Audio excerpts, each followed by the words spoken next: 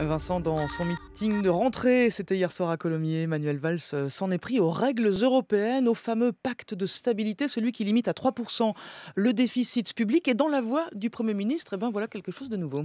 Eh bien oui, Fabienne Manuel Valls, dans son parcours personnel, appartient à une sensibilité de la gauche qui a toujours considéré que les comptes publics devaient être tenus, que l'État ne pouvait distribuer l'argent qu'il n'avait pas, bref, une forme de sérieux budgétaire en phase avec les règles européennes, justement, et les exigences de l'euro, telles que la France a contribué à les écrire avec ses partenaires. Alors l'entendre hier soir s'en prendre à ces mêmes règles, un peu à la manière d'Arnaud Montebourg, demandant à la famille social-démocrate européenne de peser pour changer le pacte de stabilité, oui, c'est effectivement nouveau, c'est même inédit, et cela, bien sûr, pose question. Alors pourquoi aujourd'hui? Pourquoi ce revirement de Manuel Valls? Sans doute d'abord parce que nous sommes en campagne et qu'une partie de la gauche reproche justement au président Hollande de ne pas avoir réussi à réorienter les règles budgétaires de l'Europe, comme il l'avait pourtant promis avant l'élection de 2012. Mais alors sur le fond, Vincent, est-ce que Valls n'a pas raison? Est-ce que ces règles budgétaires ne sont pas problématiques? Alors oui, Fabienne, ces règles budgétaires, et notamment le fameux critère qui limite à 3% le déficit public, est bien sûr discutable, contestable, surtout dans les périodes de graves crises économiques comme celle que l'Europe a traversée à partir de 2008.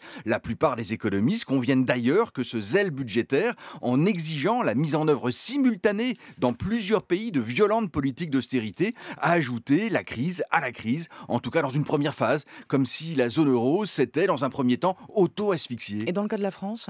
Alors là, c'est beaucoup plus discutable. D'abord, la France n'a jamais vraiment appliqué ses règles budgétaires de manière stricte, pas plus d'ailleurs qu'elle n'a pratiqué l'austérité. Elle a à 3 reprises demandé et obtenu des délais de grâce pour tenter de se rapprocher du plafond des 3% de déficit, une tolérance d'ailleurs qu'aucun des partenaires de la France n'a jamais bénéficié. Chirac, Sarkozy, puis Hollande ont procédé ainsi sans vraiment toujours tenir parole. Donc cet assouplissement des règles que demande aujourd'hui Manuel Valls, en fait, la France en a déjà largement profité. Bruxelles a d'ailleurs depuis changé de doctrine, n'exige plus le respect à la lettre de ces critères, tout est désormais affaire d'interprétation. Mais au final, cela se paye, c'est parce que la France ne respecte toujours pas les 3% de déficit depuis 2008 qu'elle a perdu tant d'influence à Bruxelles. Presque tous nos partenaires sont aujourd'hui revenus dans les clous et la France affiche l'une des plus mauvaises performances de la zone euro. Il faudra attendre la fin 2017 pour que le déficit repasse chez nous sous la barre des 3%, si bien sûr la France et donc le gouvernement de Manuel Valls tiennent cette fois leurs promesses.